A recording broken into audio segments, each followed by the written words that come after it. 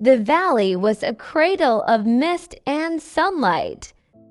Every morning, when the first rays crept over the hills, they poured into a little wooden house that sat between two whispering streams. There, a boy named Lemi lived with his cat, Tomo. Tomo wasn't an ordinary cat. He had fur the color of roasted chestnuts, eyes that glowed like amber in the dawnlight, and a small white patch on his chest shaped almost like a star. When he walked, he moved as if the air made way for him, a silent prince in a tiny kingdom of ferns and flowers. Lemi had found him 2 years ago, a shivering kitten hiding under a hollow log near the stream. Since then, they had been inseparable. Where Lemi went, Tomo followed, to the garden, the river, and the tall grass fields that swayed like waves under the wind. Lemi's parents had moved to the valley after his father fell ill and grew tired of city air. The house was old, made from cedar and stone, and the only sounds were the river's murmuring and the sigh of wind across the reeds. Each day began with rhythm. Lemi would fetch water from the stream, his bare feet wet and cold.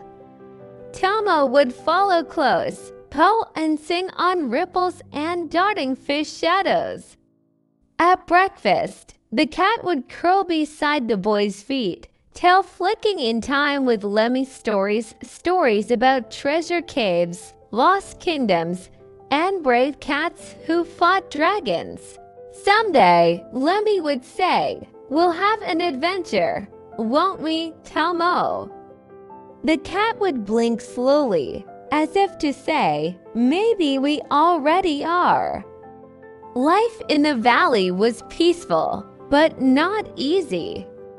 The road to the nearest village was long and rough. When rain came, it came hard, drumming on the roof like 1,000 fists. The river would swell, the air would smell of wet earth and pine. On those days, Lemi and Tomo would sit by the fire, listening to his mother hum old songs. But the peace of the valley, like mist, never lasted forever. One evening, the wind began to howl before the sun even set. Black clouds crawled over the hills, heavy and strange. Tomo hissed at the window. For rising, Lemi's mother hurried to latch the shutters. "Stay inside tonight," she said, "no wandering." But curiosity tugged at Lemi's heart. He had seen something far down the stream path, a flicker of orange light in the trees. It looked like a campfire, though no one ever came to this part of the valley. When his parents went to bed, Lemi couldn't resist. He took his lantern, whispered to Tomo, "Just a quick look," and slipped into the storm. The air was thick with rain and thunder. They moved under the trees, the lantern's flame bending in the wind. The stream roared beside them, swollen from the downpour. Then they saw a small fire, sputtering under a rock shelf. And beside it, a man, his clothes were torn, his eyes sharp and restless. He looked up at Lemi, and the boy froze. "Well, what do we have here?" the man said, voice low and rough. "A boy and his cat out for a stroll." "I saw your fire," Lemi stammered. "Are you hurt?" The man smiled, but it wasn't kind. "No, not hurt. Just lost." Tomo's first stood on end. He stepped in front of Lemi, tail puffed, eyes glowing in the firelight. "Pretty cat," the man said, leaning closer, protecting his master. "Is he?" Something in his tone made Lemi's stomach twist. He backed away.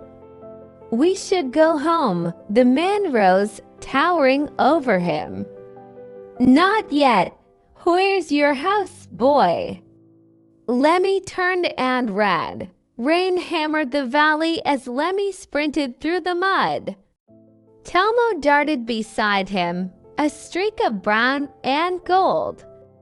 Behind them came the sound of pursuit, heavy boots splashing, branches breaking. The path split where the stream widened into a small river. Normally, there was a wooden plank bridge, but the storm had torn it loose. Water surged wild and white, churning like an angry beast. Lemi stopped, heart pounding.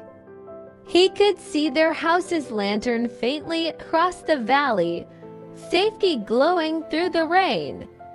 But the river was too strong to wade through. The man's voice echoed behind them. "Come back, boy.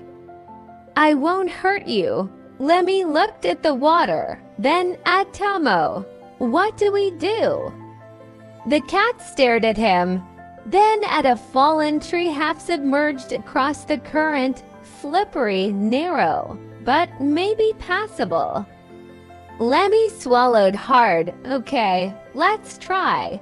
He stepped onto the log, arms out, the lantern held tight.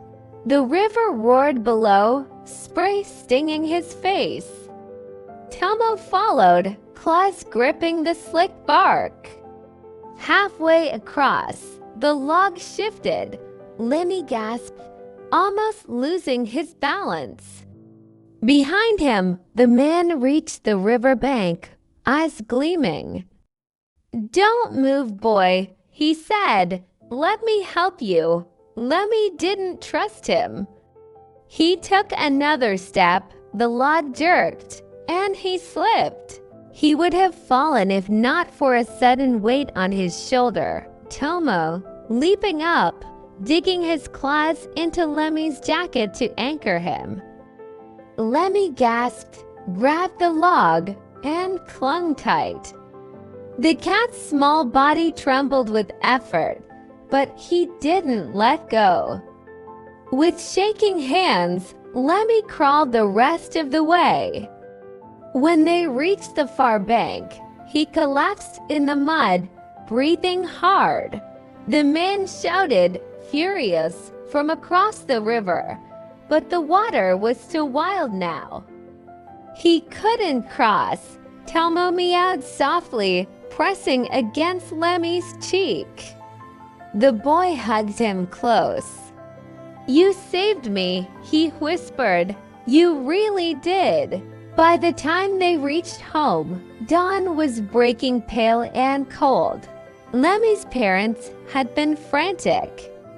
When they saw him at the door, soaked and shivering, they rushed to him. "What happened?" His mother cried. "There was a man," Lemi said, trembling.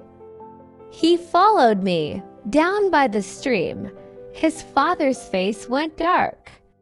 He took his old hunting spear from above the door and went outside with the lantern. He found footprints, washed out but real, near the river's edge. They didn't see the stranger again that day, but the valley no longer felt as safe.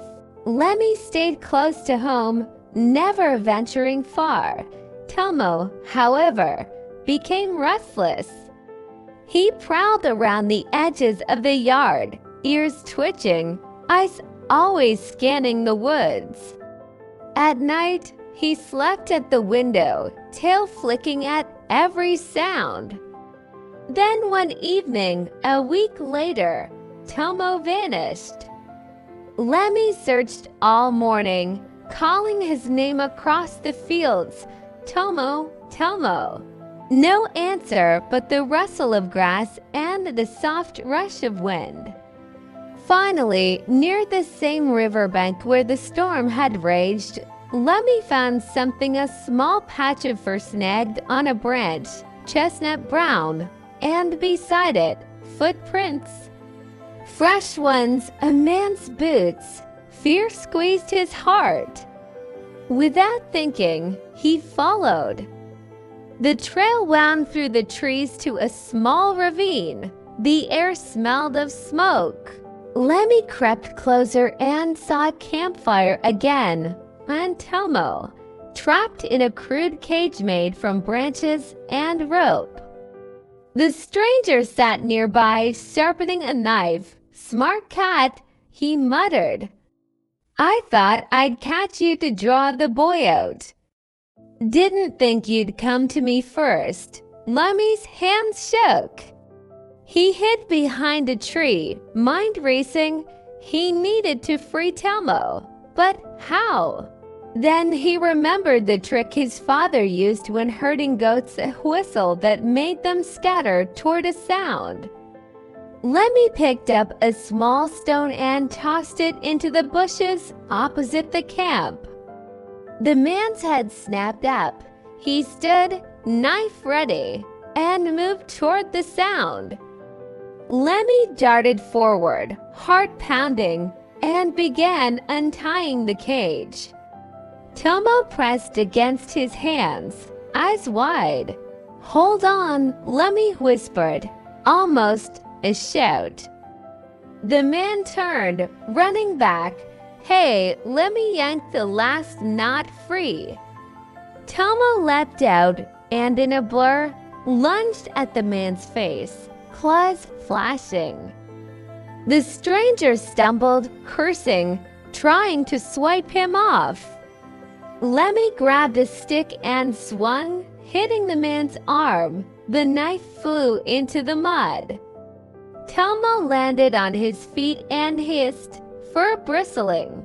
"Run!" Lemi yelled. They tore through the trees together, branches slashing their faces, hearts thundering. Behind them, the man's angry cries faded as they neared the open valley. When they reached home, Lemi burst into tears, clutching Tomo so tightly the cat let out a soft grunt. "You brave, brave boy," he whispered into the cat's fur. "You saved me again." Later that evening, the village guard came. They found the man's camp abandoned. From his trail, they guessed he was a thief who'd been hiding in the hills. After that, no stranger came to the valley again. Days passed, then weeks. The quiet returned, but it felt different now. Deeper, more precious. Every morning, when Lemi opened his eyes, he would find Tomo sitting at the window, watching the sunrise spill gold over the valley. The boy would smile, stretch, and say, "Morning, hero." Tomo would flick his tail, pretending not to care, but his purr would fill the whole room. Years passed, but they still walked the valley paths together, still listened to the wind whisper through the reeds. One winter morning, snow blanketed everything in silver. Lemi sat by the fire, Tomo curled in his lap. Outside, the world was still. "Remember that night?" Lemi said softly. "The river, the storm." The cat blinked once, twice, and leaned his head against the boy's hand. Lemi smiled. "You are my guardian, Tomo. You always will be." And somewhere beyond the window, the river hummed a low, endless song, as if the valley itself remembered the night when a small, fierce heart saved the one it loved most.